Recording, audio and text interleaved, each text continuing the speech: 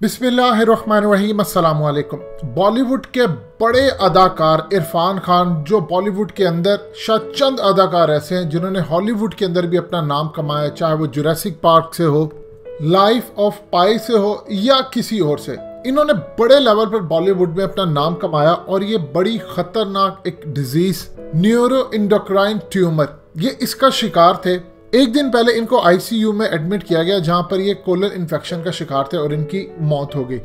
सबसे ज्यादा जो अजीबो गरीब चीज है कि बॉलीवुड के अंदर, आप हॉलीवुड को तो छोड़ दें, वहां पर तो सूरत हाल बहुत ही ज्यादा बिगड़ी है। क्या वजह है, मजीद डिस्कस करने से पहले इस वीडियो को लाइक करें, हकीकत टीवी को सब्सक्राइब करें और बेल आइकन पर जरूर क्लिक करें।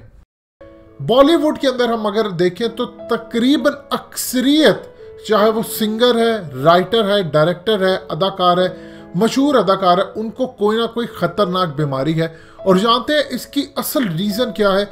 इसकी असल रीज़न है डिप्रेशन। और ये डिप्रेशन इतनी खतरनाक बीमारी हो रही है कि अहादीस में इसका क्लियरली जिक्र है। ये जितनी इनको बीमारियां लगती हैं, आप देखें रेयर होती है, आपको लिस्ट बताते हैं कि इसको क्या क्या बीमारी है तो आप हैरान होंगे। एक हदीस शरीफ में मेंशन है कि ज़माना आखिरत के में इस तरह के हालात हो जाएंगे कि इंसान कब्रों के पास से गुजरेगा और कहेगा काश इस कब्र में मैं होता। एक तो मायूसी हो जाती है। अब आप ये सोचें, इनके पास पैसा है, इनके पास सब कुछ है, फिर ये डिप्रेशन का शिकार क्यों होते हैं? इनकी मेंटल जो हेल्थ है, असल में वो कॉज होती है, वो तमाम बीमारियों की जड़ वहां से निकलती है। उसके रीजंस क्या है, ये सब आपको बताते हैं। ये चमकती दुनिया के पीछे एक खतरनाक डार्क दुनिया रहती है जो कि उसी तरफ लेकर हमें जा रहे हैं। अब ये डिप्रेशन आम लोगों में आना शुरू हो गया। इस लॉकडाउन के अंदर तारीख में बदतरीन डिप्रेशन देखने को मिला, चाहे वो पाकिस्तान हो, इंडिया हो, अमेरिका हो, दुनिया के किसी कोने में। ये इतनी बड़ी बीमारी है कि शायद अब हमारे घरों में भी ये फितने दाखिल हो चुके हैं और आने वाले सालों के अंदर आपको हर आम बंदा एक ही बीमारी से नजर आएगा और उसका नाम है डिप्रेशन। पहले चंद बॉलीवुड के जरा नाम देख ले, इनको क्या क्या बीमारी। मनीषा कोइराला को ओवेरियन कैंसर था। उसके बाद युवराज सिंह भी कैंसर से गुजरे। फिर उसके बाद लीजा रे, जो कि कैनेडियन इंडियन मॉडल भी है और एक बड़ी फिल्म उन्होंने कसूर से शुरुआत की, वो भी कैंसर से शिकार हुई। और इनको जो कैंसर है वो रेयर किस्म के हैं। इवन आप इमेजिन कर ले कि शाहरुख की 8 सर्जरीज हो चुकी है और इन सर्जरीज के अंदर उनकी रिब्स, एंकल, नी, नेक, आई, शोल्डर और उसके अलावा वो सबसे ज्यादा मेंटल हेल्थ डिप्रेशन का शिकार है। और हालिया उनकी जो फिल्में फ्लॉप गई हैं उसके बाद उनकी मेंटल हेल्थ पर इतना ज़्यादा असर पड़ा है कि वो कई फिल्में जो हैं वो साइन नहीं कर पाए। एक तो वो स्क्रिप्ट दोबारा देख रहे हैं, दोबारा वो राजकुमार हिरानी के पास गए, 3 इडियट्स के जो डायरेक्टर रह चुके हैं, जिसको उन्होंने कभी रिफ्यूज़ किया था कि तुम्हारे पास तजर्बा नहीं है। अब वो अपने आप को बचाने के लिए उनके पास गए हैं कि मुझे कोई ऐसी फिल्म चाहिए आपके थ्रू जिससे मैं काम कर सकूँ। और उन्होंने कभी भी नहीं कहा कि अब मैं बहुत बड़ा डायरेक्टर बन गया हूँ तो आप मेरे पास आए। लेकिन ये लोग बीमारियों से जकड़े हैं। अब रजनीकांत को ब्रोंचिटिस और वायरल फीवर, इसकी बीमारी है। अब सलमान खान एक रेयर बीमारी का शिकार है जिसको कहते हैं ट्राइजेमिनल न्यूरल्जिया। ये बेसिकली जो बीमारी होती है, इसके बाद सलमान खान को इतनी ज़्यादा पेन उनके जॉ में होना शुरू हो जाती है, उनके चेहरे पर होना शुरू हो जाती है कि वो वहीं पर गिर जाते हैं, चाहे जितनी मर्जी उनकी फिल्म अच्छी चल रही हो या उनकी कोई शूटिंग चल रही हो।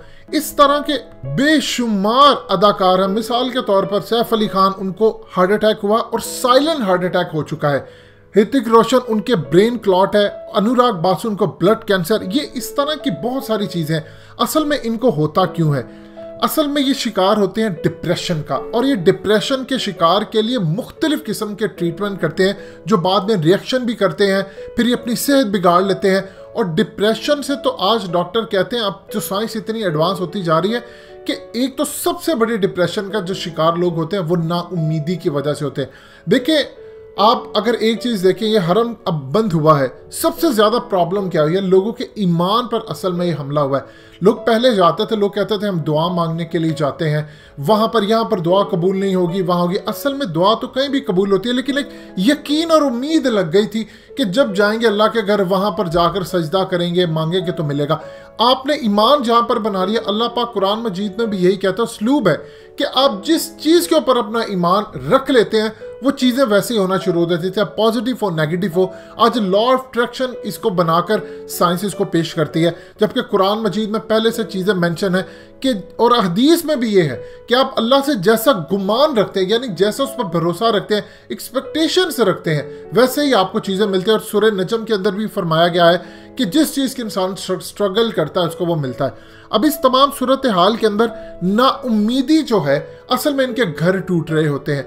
ये आप जब इतनी बड़ी लाइफ देखते हैं, आप समझते हैं कि आप टॉप पर चले जाएंगे, वहाँ से गिरना, आप ये बीमारियों को अपना छुपाते हैं। और उन बीमारियों के अंदर सबसे बड़ी होती है नाउमीदी, डर, खौफ, जो डिप्रेशन कॉज बनता है कि फिल्म फ्लॉप ना हो जाए, अच्छा आज मुझे अरूज है, मैं नीचे ना गिर जाऊं, ये ना हो जाए, वो ना हो जाए।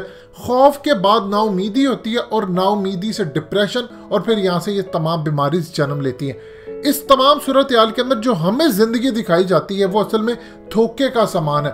आपको मीडिया के ऊपर जो लाइफ दिखाई जाती है वो धोखा है, ये अपने आप को भी दे रहे होते हैं और दूसरों को भी। अब अफगानिस्तान से अमेरिका के जो फौजी निकल कर जाते, क्यों खुदकुशियां वहां पर करें? क्योंकि उन्होंने इतना ज्यादा वहां पर जुल्म किया है कि अब उनको चैन नहीं आता, और इनकी जिंदगी का मकसद बेमकसद हो जाता है, पैसा हो जाता है, शोहरत, उसके बाद इनको समझ नहीं आती गोल क्या है। अब दीपिका पादुकोण को देख ले, वो खुदकुशी करने जा रही थी, उनका मेंटल हेल्थ का इतना प्रॉब्लम हो गया, डिप्रेशन का उनको इलाज करवाना पड़ा कई साल, फिर जाकर वो इससे बाहर निकली कि आपकी जिंदगी का कोई मकसद नहीं होता। इसीलिए ये इंडस्ट्री आहिस्ता आहिस्ता अपने जवाल को जा रही है, और वक्त वो सामने आएगा जब लोगों को नजर आएगा कि असल में डिप्रेशन इन सब के पीछे होता। आपकी कामयाबी ये नहीं होती कि आपके पास पैसा और ये चीजें हो जाए, आपकी कामयाबी डिफरेंट होती है। इसीलिए अमिताभ बच्चन अक्सर कहते हैं, या शाहरुख, या ये लोग, कि कुरान मजीद पढ़ते हैं कि हमें रिलीफ मिल सके, नहीं तो ये कई बीमारियों का ऑलरेडी शिकार होते हैं। दोस्तों, हकीकत टीवी को सब्सक्राइब करना मत भूलिए, वीडियो को लाइक करें, शेयर करें, और कमेंट सेक्शन में अपनी राय का इजहार जरूर करें।